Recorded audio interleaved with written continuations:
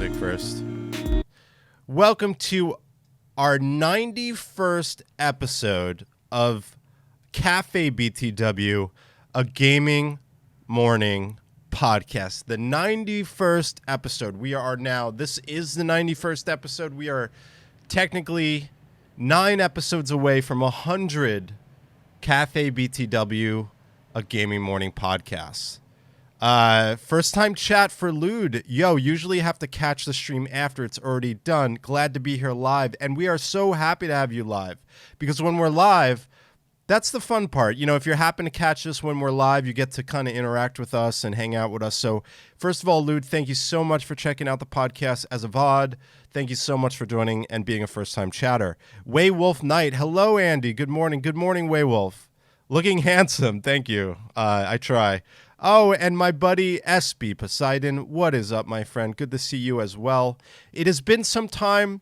I want to apologize that we have not been able to be consistent with the show, and it's not anything that I'm worried about. It's just, unfortunately, life has kind of taken a curveball on me. Another thing that's kind of scaring me is my streaming computer has been acting weird, and I am on the brink of replacing it. So hopefully it survives before the end of the year, because that's when I plan to get the new, I am getting a new streaming computer, so I'm excited about that. This thing is on its last leg. That said, we do have 2 guests coming up in the month, the end of this month and in early November, so stay tuned for that. Really good to be back. As you know, I absolutely love doing the show. But to think that we have done this for 91 Saturday mornings, I cannot believe it. I saw Genzo did a sub there before, subbing for 31 months. My wonderful mod, Genzo. So thanks, man. Really appreciate that. And just good to be back at a Saturday morning. One thing I could tell you about doing the podcast is it's very therapeutic for me. You know, I wanted to do a podcast on my own. What's really interesting about this show is it kind of started around the pandemic. So it was really kind of ironic that I was looking to do a digital podcast live, bring in guests digitally, and it all happened during and right before the pandemic. So we have been here for nearly 3 years, Genzo. Am I right? I don't remember. I guess we're on 3 years, seriously, like close to 3 years for this show. And that's pretty awesome. And it's a show that may, as we move forward in my life, it may not be as consistent every Saturday morning with things in my life happening. I had to move. I'm going to have to move my streaming setup too, because we're at my old place, which is now technically a storage unit. But just want to say that I really appreciate almost 3 years. Yeah, that makes sense. I want to appreciate everyone on the VOD side as well. Thank you so much for supporting me, listening to the show. Really, it's really just a fun retrospective show, and when we have guests on, it's great to kind of learn and meet all these different personalities in the retro gaming space, whether you were a developer or a content creator in the space or whatever that might be. Do have some interesting episodes coming up with some guests, so stay tuned for that. But I just want to say I am so happy to be back. Nothing makes me happier than to do the show. Nothing makes me happier than to be live and having a good time with everybody and just chilling. Because this show is about shooting the crap. I don't want to say the SHIT word, but you know what I mean. It's like you're in the living room with me, we're playing games, and we're just talking about them. You know, that's the whole point of the show. Today, because I haven't been able to reflect and talk about this whole Super Mario Brothers movie release, I do need to talk about it because I have not been able to give my 2 cents on it. But before we go into the topic today, which is going to be a little bit of a dive, which we have covered a little bit in the past, is video game movie adaptations and kind of retrospective look at them, because I want to talk a little bit about this Super Mario Brothers cartoon movie that's coming out. Lude says, I'm literally in the living room playing video games while we listen. Well, that makes me even happier because, you know, when I listen to my podcasts, I'm usually playing video games. So, Lude, thank you so much. I hope you're enjoying yourself on this Saturday morning while you play video games and listen to the show. That said, why don't we get into things? I have some dirty laundry to, and thank you so much for following Manly Joe. Thank you so much for the follow. It really means a lot. Thank you. And welcome to the cafe, by the way. The cafe is open today. Sometimes it's closed, so sit down, grab a cup of coffee or tea if that's your thing. And let's talk a little bit about the retrospective look at video games. Way Wolf Knight says, playing Mega Man Legends a bit this morning. Good times. Yes, that is also awesome, Mr. Knight, Mrs. Knight, whoever you are, whatever gender you are. Let's air some dirty laundry out. I do want to show you that this is a list of all the episodes we've ever done on CafeBTW, a morning gaming podcast, just to show you the depth. And down here it says 90. So we have 90 episodes available in, on my Twitch and in VOD on my YouTube. It might not be all 90 up there yet, but we do have a good amount because I actually started the YouTube late. Okay, good to know, Mr. Wolf Knight. Thank you. That makes sense. But just again, thank you all so much for the support over these last almost nearly 3 years. I will continue to do this show regardless of consistency because of things in my life, but I'll always keep you posted. If you want to join the Discord, that's usually the best place to know when the show is going live, or follow me on Twitter because I usually announce on Twitter when the show is live as well. But you're welcome to join the Discord. Let's air some dirty laundry out here. First up, this is like an old tweet I was going to post, which I already did. Let's see here. Let's go to something that's really special to me of recent is, on Twitter, we started the retro gaming community, which is a kind of private timeline in Twitter. And we are nearly over 1,765 members now in the retro gaming community. So I want to shout them out. Now, if you want to join the retro gaming community, we'd love to have you. Basically, it's a separate timeline outside of your main Twitter, and it's just a community of people posting their love of retro gamings, and there's all kinds of cool stuff here. And what's really even cool is we are doing a giveaway for November. On November 1st, we're going to be kicking off a giveaway with Retro Fighters, which is the third-party retro gaming controller company. They are giving away a 4-controller set. A 4-controller set of the PlayStation Defender controllers. That means all 4 of those controllers you could win in November, and all you have to do is be part of the retro gaming community. That's it. There's nothing more to it. So I'm going to throw this link down, and Genzo, we should probably have this link available to people if they want to join somewhere on my Twitch or somewhere running in the Twitch timeline. And Way Wolf Knight says, love the community, glad to be a part of it. Glad to have you part of it.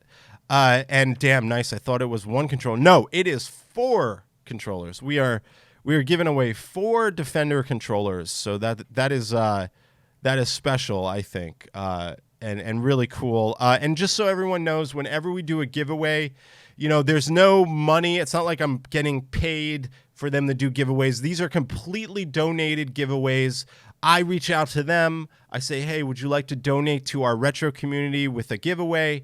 And that is how it works. So these are completely out of the kindness of my heart in order to just give back to the community, but also give back by collaborating with a brand. Last month, we gave away a mini 1943 arcade machine, toy arcade machine by the company New Wave Toys, and someone won that, and that has been shipped out. We've given away a bunch of really cool stuff in the group, and if you really just want to be a part of it and Twitter's your thing, then I would highly recommend being a part of it. We are trying to get to 2,000 members. We're closely getting there.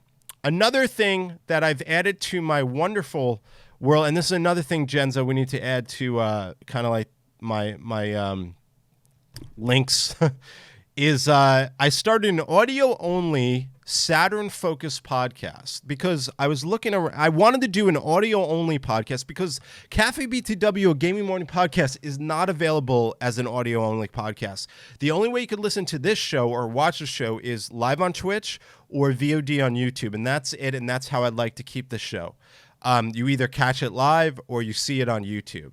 Now, I wanted an audio-only podcast, so I've kicked off the Saturn Force podcast, which has 2 episodes, and it's a very, very cool personal journey of my version of the story of how I experienced the Sega Saturn in 1995, how I was one of those kids that you might have known in your childhood friends group that had the Saturn. So this podcast has been really cool. It's available on Apple Podcasts. It's available on Spotify. It's available on Amazon Music, Google Play, and of course, I do post the VODs as well on YouTube. So if you follow my YouTube already, it's there as well. So it is really cool. So if you want to check it out, there's 2 chapters. The first chapter is called My Saturn Life. And the second chapter, which just came out, and it's a monthly podcast, everyone, is called The Fall. And in chapter 2, we really dive into why the U.S. run of the Sega Saturn failed. So if you are looking for a cool audio podcast, and something a little different, because no one really has a podcast that focuses just on the Sega Saturn, well, you're in luck, because Andy is bringing you it. So check out the Saturn Force podcast. Commodore says, still in my queue. I'll be listening to this upcoming week. And hey, Andy, Commodore, shout out to them. They do an awesome podcast as well. Thank you for the support, Commodore, and it's good to see you in chat. And thank you for queuing up my podcast. Now, some really cool stuff.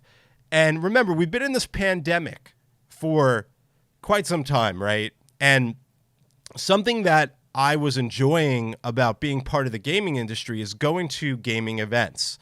Now, TwitchCon, which we're on Twitch right now, obviously, TwitchCon was a huge community event that the last time we were able to attend this type of in-person Twitch community event called TwitchCon was in 2019. And luckily, last weekend, TwitchCon was back in San Diego, California. And Andy, your wonderful host here, attended. And not only did I attend for my personal self, but I attended for Stand Up to Cancer, which many of you know. I am the gaming community director for Stand Up to Cancer. We work with streamers and content creators. So I was there representing Stand Up to Cancer, networking, meeting streamers that have supported us in the past. And I myself was there, and it was really just, I wanted to share a few photos and videos of my experience at TwitchCon. Here's a good picture of, that's Brix O'Brien, a friend of the show, Lego community leader.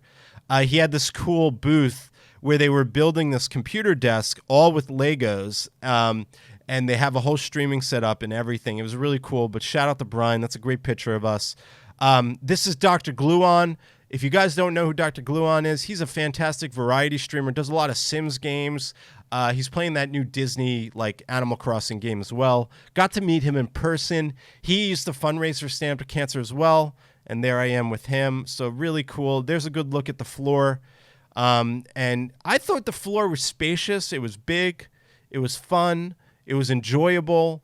I didn't feel uncomfortable. You know, they made sure that you were vaccinated. They made sure you were wearing a mask on the floor. So I felt pretty safe. And look, I didn't get sick. I went to, there's a lot of people there. And I feel like I got through it fine. Obviously, we might be at the other side of this pandemic, which would bring more of these opportunities to do in-person activities, which I am having FOMO right now because this weekend is the Portland Retro Game Expo, which I was supposed to attend, but unfortunately I couldn't make it. With TwitchCon last weekend, it's just too much travel, but I'm happy I'm here with you all, and maybe we're not there, but shout out to Steven. This is a buddy of mine. He runs Stack Up, which is a veteran nonprofit in the gaming space, and he had this full getup, really cool gear, and that's me looking like I'm about to get shot. Here's a good look at the Street Fighter 6 booth that was on display. As we know, Street Fighter 6 is coming out, which is exciting, as Street Fighter is largely a part of my childhood, and I'm really excited to play the new Street Fighter, actually. And Genzo says, I heard the floor was also literally backbreaking. Yes, we're going to get into that for a second. I like your little joke. They did have, the only retro kind of thing they had there was they had a mini arcade It wasn't that impressive, but they did have some original arcade cabinets like Pole Position. It's an original Pole Position right here, so I took a video of that. They had the TwitchCon party, which is basically a concert, honestly. And Megan Stallion or whatever, however you pronounce her name, was headlining, and that was fun. I actually enjoyed it. They basically took over the whole Petco field, which is the baseball field with the Padres play. And you know, aside from that, like, I ran into someone who had a Stand Up Cancer shirt, so I took a picture of him. Here's another picture of me and Brian just chilling. And this area you see here, this is where the Artist Alley was, and also where you would get lunch every day. This is a picture of a really awesome streamer and her little group called Stormfall. She is a Stand Up Cancer community streamer, and I met her in person for the first time, so that was cool. Here's some more shots of the floor. I went to the TikTok brunch. So this is a shot just from the party. That was fun too. As you know, I'm on TikTok at CafeBTW. So what I was saying is that it was just good to be back in person. Here is Tacy. She's this awesome manager with the group AMG, which is a community of streamers, and I got to see her in person. Look how happy I am. I'm just so happy to be with people again. There's nothing like better that makes me happier, you know, and that's where I left off. So I apologize. We're back. We're back at it. This damn computer. I promise you, I'm about to buy a new computer, and it's gonna be great. I was very happy, and thanks for calling me handsome. But and then finally, another group of charity streamers that supported us. Now, Genzo made a joke.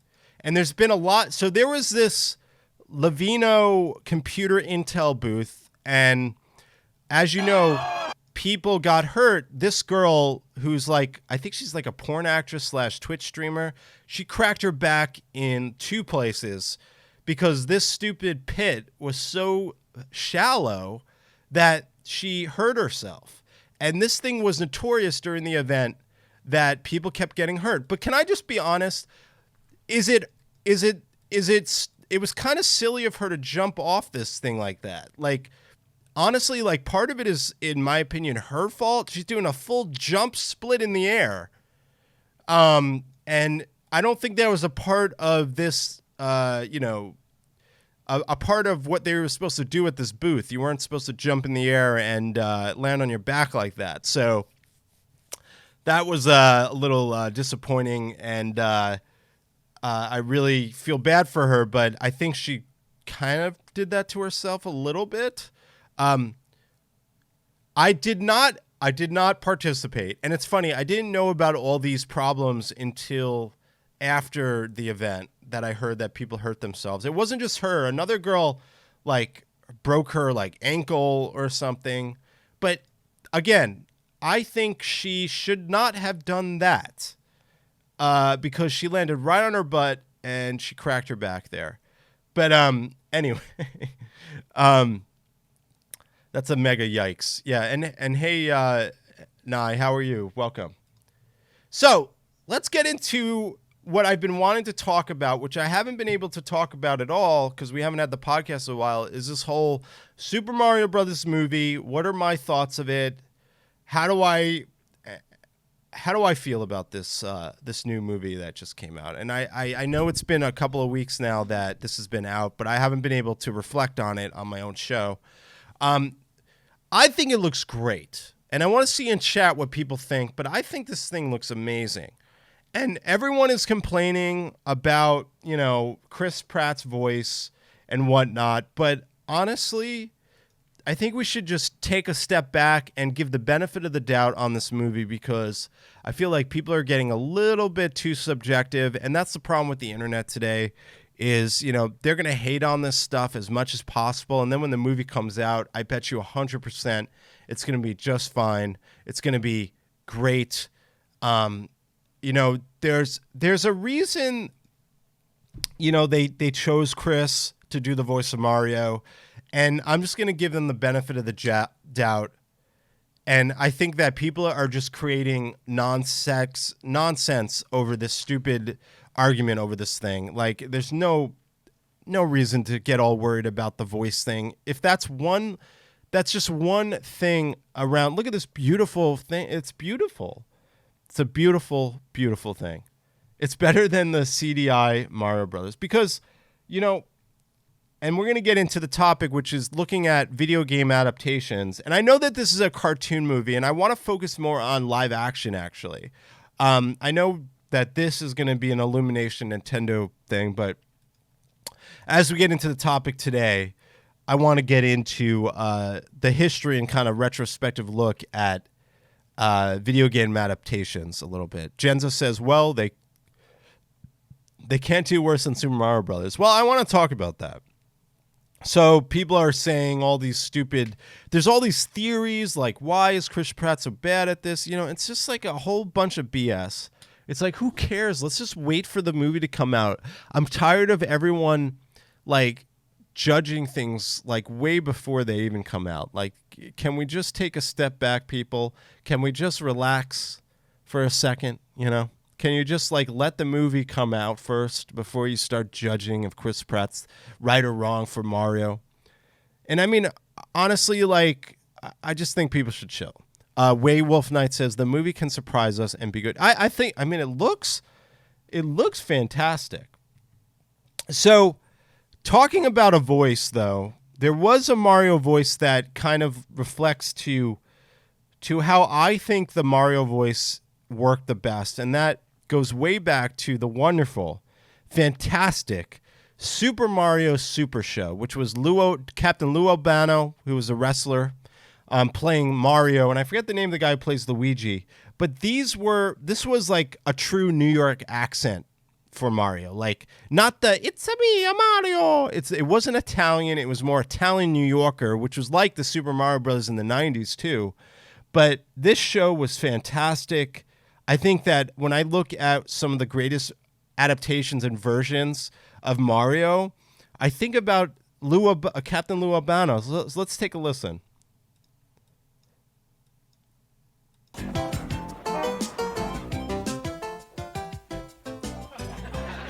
Time for a new day.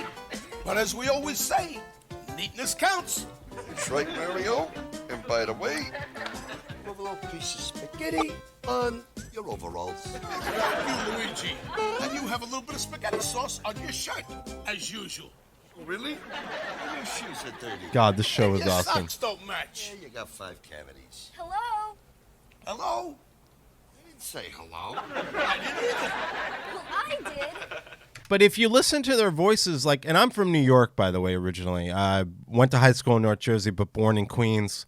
My dad has a thick New York accent. I think when you look at them, they're New York plumbers here. It's like taking the idea of Mario and Luigi that they were from New York and they were actual plumbers. And I think it's fantastic, the voice. And I like Mario having a New York accent, kind of the plumber style, So, like Commodore said, just a fantastic show.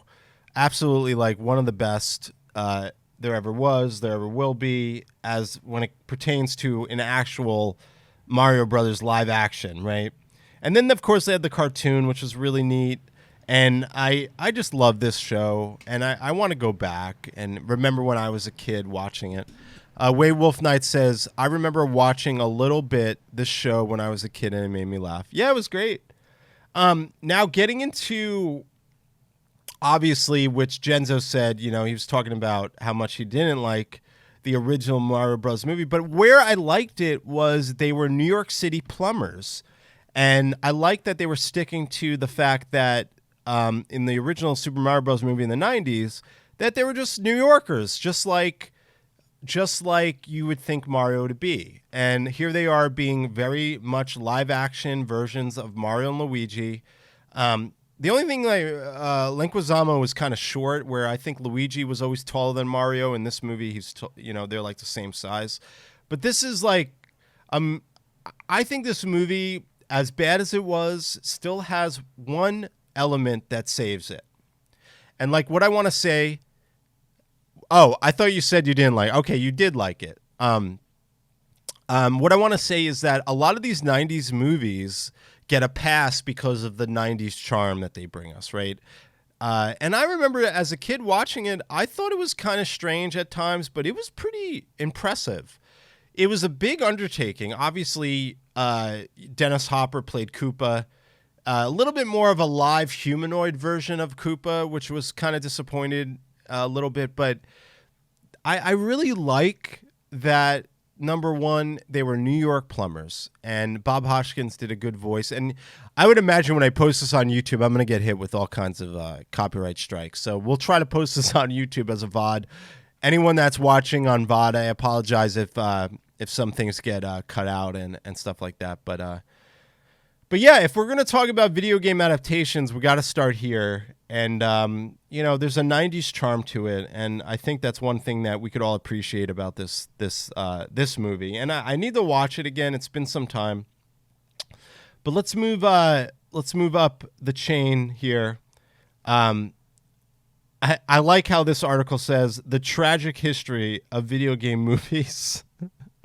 It wasn't tragic.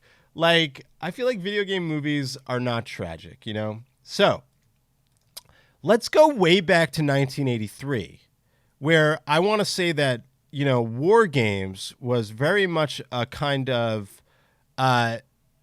relevant video game movie. I wouldn't say it's like an adaptation of a video game, but this was one of my favorite video game where it's not an adaptation, but it's definitely a movie that deals in the realm of video games, is The Last Starfighter.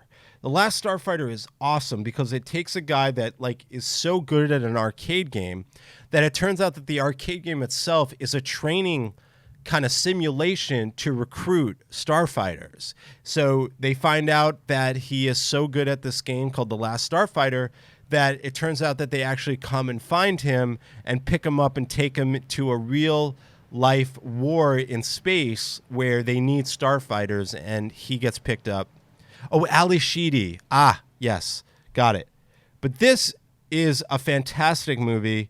Obviously, if you've never seen The Last Starfighter, I highly recommend it. It's well ahead of its time, and it really holds up, honestly. And they just don't make movies like this anymore. But obviously, the whole point of the movie is he ends up going into space and being a starfighter, just like the arcade game. And pretty good movie and pretty impressive for the time it was made. And I really think if you've never seen it before, you should definitely check it out. The Last Starfighter is definitely a live action video game movie that deserves to be talked about. And hey, Tao. Next on this wonderful list, we're going to go to Tron, which is another movie about someone that gets sucked into a video game at this time, which is awesome. It takes place at Flynn's Arcade, and then obviously the whole point of this movie is that he gets sucked into a video game, and Tron, as early it was made and produced, it was way ahead of its time, and the visuals in this game are outstanding and amazing, and it gets sucked in here. This is the trailer for Tron. I love this movie. If you've never seen Tron, it was so good and so ahead of its time, and the special effects and really what they did with this movie was so cool, like the bike racing scene. It's still a great movie. Like, you could really enjoy this movie. It's so cool. I even liked the newer Tron movie. I really did. And I think they're making a third one. Am I wrong? I don't know. I don't remember if that's actually happening. But man, what a cool movie. And worth mentioning, of course. And these are, the 80s, Greetings programs. It's rumored to be in production. That would be so cool. I like the new Tron movie. The newer Tron movie was fun. Are these all gone now? Oh no. Since my computer restarted, everything is closing in. So another one we got to talk about, which since my computer crashed, we'll just pull it up on YouTube, is Double Dragon, the movie. Which was pretty terrible. let's see, Double Dragon. Sorry, my computer's acting. I need a new computer, folks. This is just getting pretty ridiculous. And there's Double Dragon, the '90s movie. Did anyone ever see this movie? Because this was pretty bad, but I thought it was pretty cool that it was a movie they made. But it was really weird. It wasn't the best '90s movie. Oh my God, look at that guy. That guy does not look healthy. And it looks like a lot of my, let's see. Yeah, my computer like reset a lot. But another movie, let's get into a few other live actions. I'm not going to talk about that one too much, but here's one that you might not knew was a movie, but there was a 1990 Wing Commander movie, which Wing Commander was an awesome computer game, by the way. Like one of my favorite computer games. But apparently there was actually a Wing Commander movie that I didn't see. And I'm not sure anyone here has seen it, but worth mentioning that there was a Wing Commander movie. But I don't think it was very good. And Henry Prince Jr. is in it. Not to say that Henry Prince Jr. is good or bad. It was garbage? Okay, fair enough. Let's keep moving. One I forgot to pull up, which is one of my favorite 90s movie, is Street Fighter the movie with Jean-Claude Van Damme. And shout out to Raul Julia, because this is one of his last movies. He was actually fighting cancer when he made this, but man, was he the best choice for M. Bison. And he did an outstanding job. And I heard that he did this movie for his kids because his kids really wanted him to do something fun.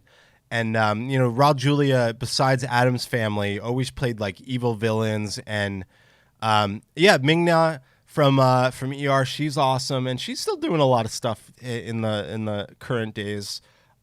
She was a good Chun-Li as well. But can't not talk about video game movies without talking about this classic. And you know what? I actually really think that it has that 90s charm. There's something special about this movie, even though Jean-Claude has that accent and maybe he shouldn't have been playing Guile, but I don't know. It works fine for me.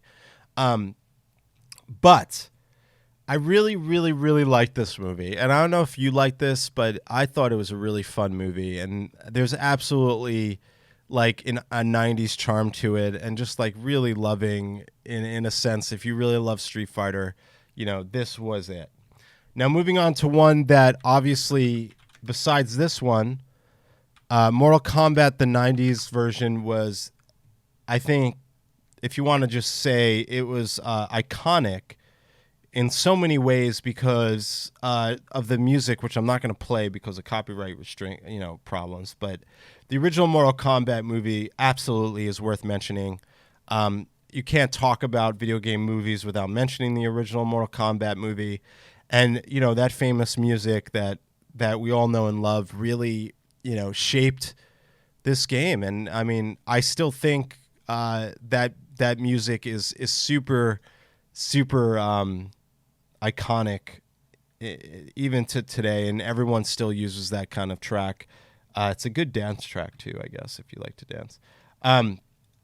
Now, I don't know how people felt about Lara Croft with Angelina Jolie, but I think we have to mention, obviously, that this existed. And I feel like they've done so many remakes of Tomb Raider that I kind of use this as the main reference, because she does look like Lara Croft. I mean, she does fit the bill. These movies were okay. I wasn't really super impressed by them. I don't think they were amazing or anything, but they were okay. There was nothing wrong with them, but had to mention it. Not a huge fan of these, but worth mentioning, of course. Assassin's Creed with Fassbender, I thought it was pretty good. I don't know. I actually enjoyed it. I don't think it was bad. I think that maybe they could have done a better job with it, but you know, when you look back on it, it wasn't too terrible. And Fassbender's an awesome actor. So, Commodore says the Tomb Raider movies were a little bit cheesy. Yeah, they could have been a little bit cheesy. I agree. That's for sure. But that said, I wonder what people think of the Assassin's Creed stuff, because I don't want people to forget that this movie existed too. Then you have the Resident Evil movies that came out later, and there were a ton of them with our good friend from Fifth Element. These were fun, but they just did so many of them. It kind of got a little like saturated, oversaturated in its own right, just because they were making so many of them. I thought the early ones were fun, but they made a ton of these movies. And I feel like there might have been a good fan base for these, but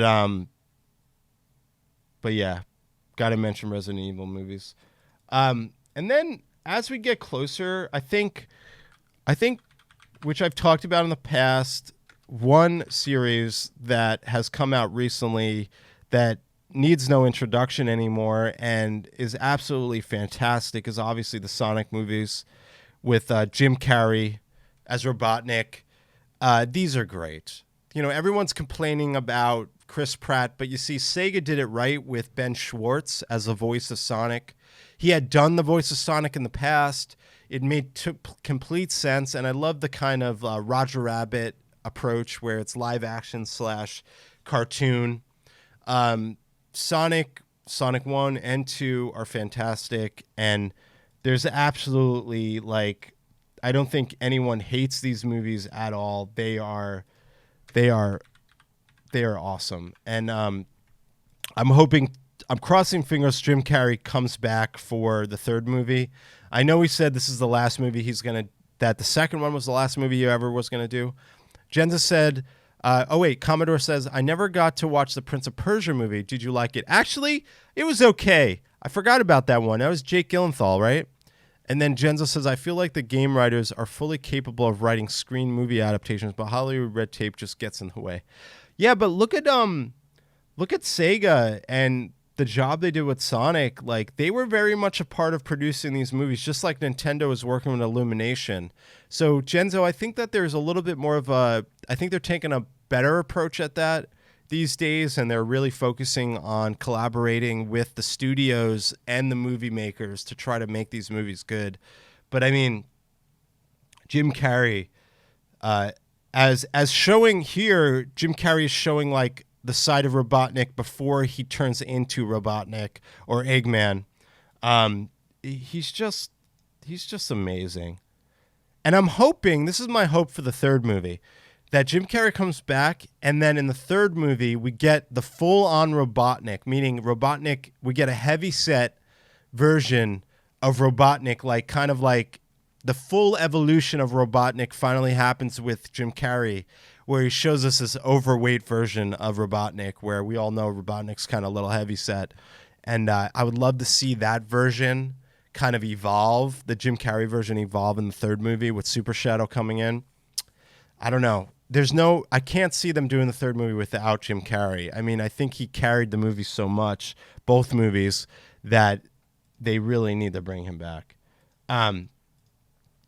That said, we're coming to a little bit of a close to this thing. I know I don't have a guest today, so we're keeping it pretty short, but I did want to put out there on Twitter, I always like to ask a question. I said, what is the best video game movie adaptation in your opinion?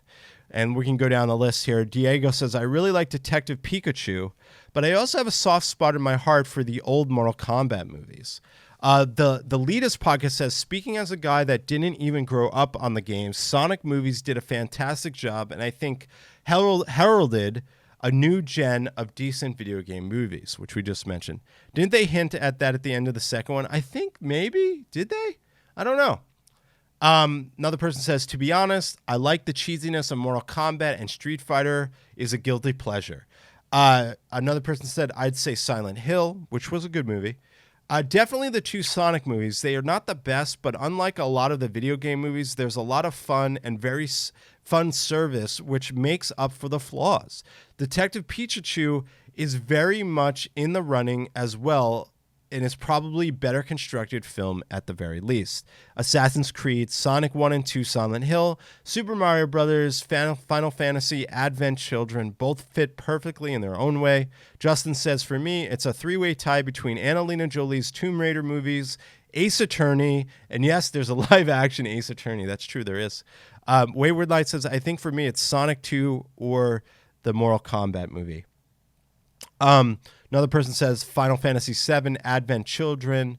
Another person says Sonic and Rampage have been great fun, respectively, but there's one true king, and it's hard to unseat the original Mortal Kombat. Tomb Raider, Uncharted, which is a more recent.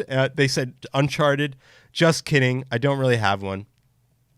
This person said Super Mario Brothers.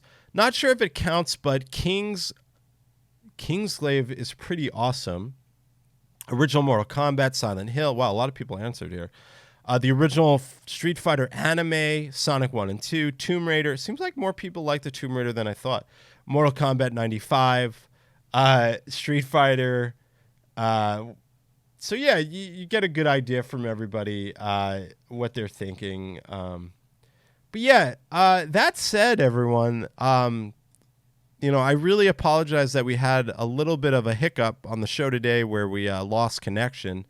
But let's kind of like go full circle and let's go back to just saying, what have we learned from going to watch all these old adaptions of video game movies?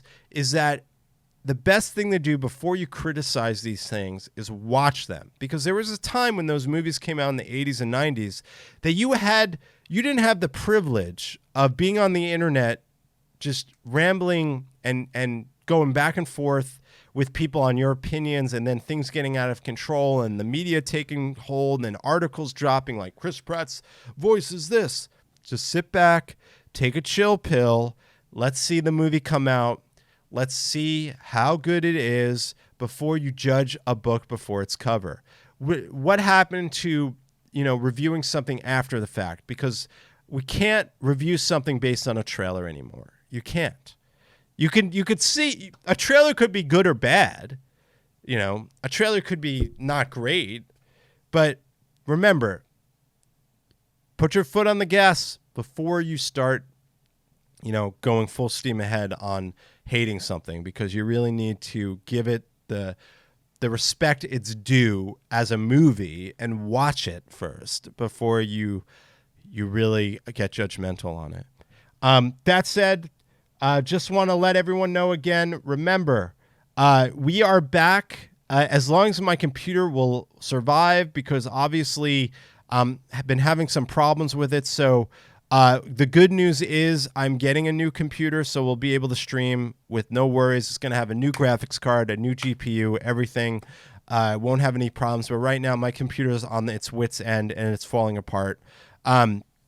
I heard Tara Strong commented about Chris Pratt's casting. Yeah, she wasn't happy with it because she wanted the original guy to do it. But, again, that's just internet. Even if it's Tara Strong coming out and commenting on it, it's still, still internet. But remember, everyone, we have the retro gaming community on Twitter. If you'd like to join and be a part of it, we have over 700 members. We're doing a giveaway with Retro Fighters. If you're not part of the community, I dropped it in chat. Definitely give it a look. And don't forget to check out my audio-only, brand new podcast, the Saturn Force podcast. It is an audio-only podcast focused on Saturn. Thanks, Tao. I am hanging in there. I hope this thing can last just a little bit longer because I want to continue to do the podcast for everybody, because I love doing the show with everybody, and it's really good to be back. So yeah, check out the Saturn Force podcast. It's on all your audio apps. You got it on Spotify, on Apple Podcasts, all that jazz. And just want you to know that I want to thank everyone on VOD who's watching, And everyone that showed up on live today, thanks for hanging out with me. I hope you had a good time. Today was very casual. We didn't really have, besides the fact we talked about video game movies, just wanted to kind of kick back off, open the store, get us back into having some coffee, and, really appreciate everyone that hung out with me.